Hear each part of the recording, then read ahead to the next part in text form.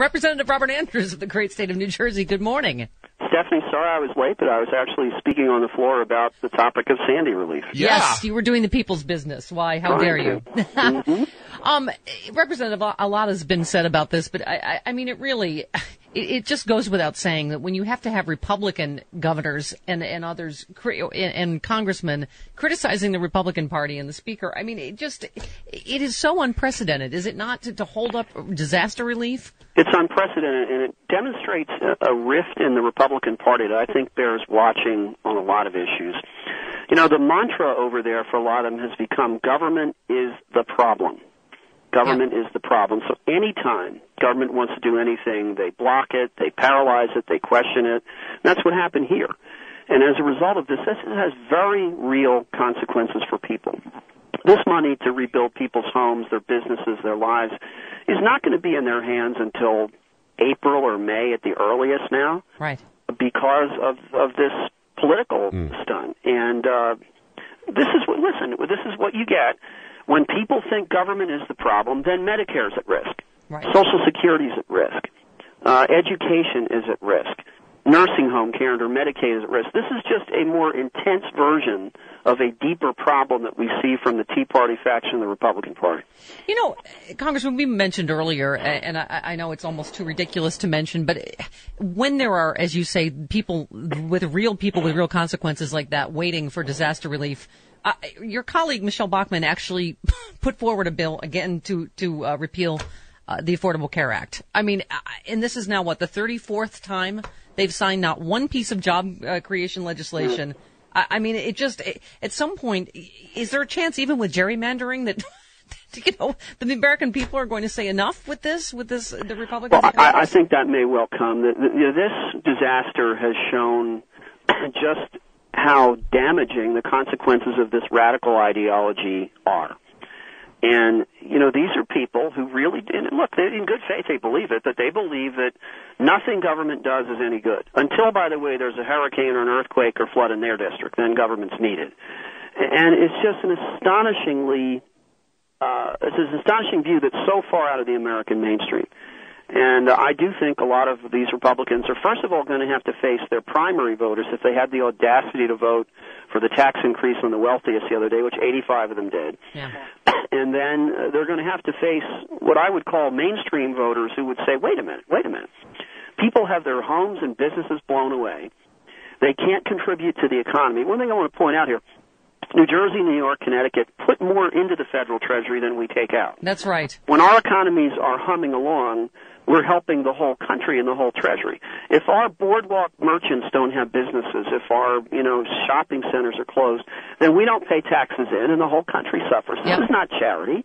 This is a question of keeping the whole country strong. Yeah, well, I mean, it's interesting you have to point something out that, in a way almost says, here's what's in it for you. We've never really done that before, as Governor Christie pointed out. Democratic, Republican, we've never done this before. I think Chris Christie said it very well, that this is squarely the fault of the Republican leadership in the House. But it goes deeper than that. There is growing income inequality in this country. About 5% of the people have gotten 93% of the pay raises for the last decade. So in other words, of all the increases in pay, 5% of people have soaked up 93% of the increase. The rest of us got 7%. Democrats think that's a problem. Republicans think that's the solution. They think income inequality is the way things ought to be. Yep. Because it helps the wealthier get wealthy, and then we should all rely on them to do the right thing. Well, a wealthy oligarchic, plutocracy in this country doesn't rebuild the country after a hurricane. That's right. It takes government to do that. It doesn't give 67-year-old people health insurance. It takes Medicare to do that. It doesn't give 70-year-olds a pension. It takes Social Security to do that. It doesn't teach 6-year-olds how to read. It takes education to do that. So, we have a difference in philosophy here that we're seeing play out in the unfortunate context of this disaster. Well, and interesting, you just brought up education. I mean, the fact that Mitt Romney actually said that, remember, you should be able to have as much education as you can afford? I mean, that was what was... In fairness to him, he did say you should have as much education as your parents will lend you the money to pay for. There you go. There you go. It's a little bit different than that. And that philosophy was squarely defeated. I'm going to tell you something. This majority Republican reaction to the Sandy disaster is an application of Romney's 47% speech. Yep. What Romney really said is, these whiners, these complainers, these people want government to do everything for them, we don't have to care about them. We're going after the 53% who pay the bills. Well, guess what? Sometimes the 53% who pay income taxes have a disaster happen in their community. Right. Their beach house blows away, their boardwalk business, and they understandably turn to the government to help them. But, if that's okay, then why isn't it okay for a kid to be in Head Start?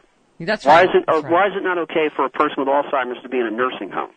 It's a question we ought to be asking ourselves, I think, every day. That's right. Representative Andrews, what happens now? You vote on the disaster relief today?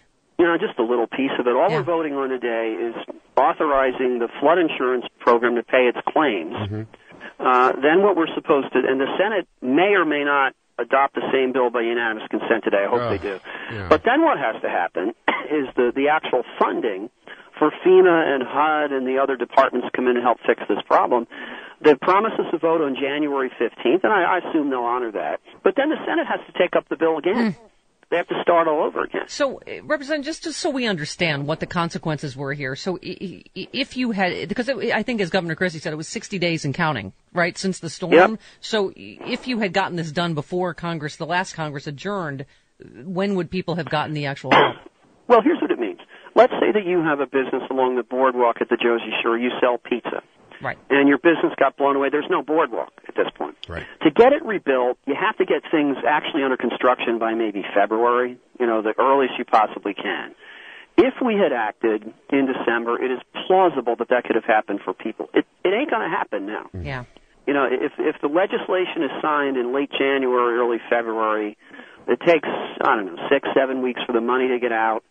And you can't rebuild the boardwalk in April and open for Memorial Day in May.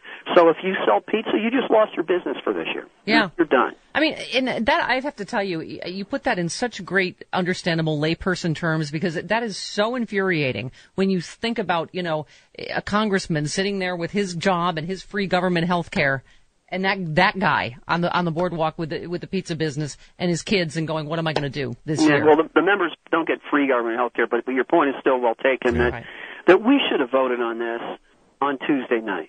Yeah. And, the only reason, I don't know what Speaker Boehner's motivation was. I'll let him answer that question. But Governor Christie outlined it very well. It was pure politics. And as a result, we'll get this done now because they've been shamed into it. But as a practical matter, it means weeks or even months of delay, which means people lose their businesses. Yep. Their kids don't finish the school year in the school they started. Representative Andrews, so sorry, hard break. Thank you so much. All right. Listen, it's always a pleasure talking to you. Have a good day. You too, sir.